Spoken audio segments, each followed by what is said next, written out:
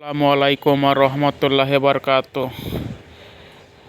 আজ বাজারে এসেছে, দেখেন, দুধ মাপার যন্ত্র এবং দুধ মাপতেছে। এই মহিলা দুধ বিক্রি করতে এসেছে। এটা হচ্ছে রেল লাইনের পাশে। এই দুধের পার্সেন্ট বলতেছে 30% দুধের পার্সেন্ট আছে।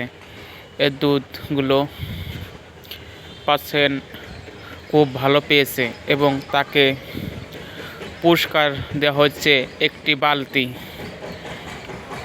এই বালতি পেয়ে মহিলাটা অনেক খুশি এবং এর আগেও এরকম দুধ মাপার যন্ত্র এসেছে এবং দর্শকদের বলতেছে এটা কেমন হয়েছে, বলতেছে অনেক সুন্দর হয়েছে এবং বলতেছে যে প্রতিটি যারা দুধ বিক্রি করতে আসে তাদের দুধগুলো পরীক্ষা করার জন্য যে পানি মিশ দেওয়া হয় কি না। এবং সকলকেই ধন্যবাদ।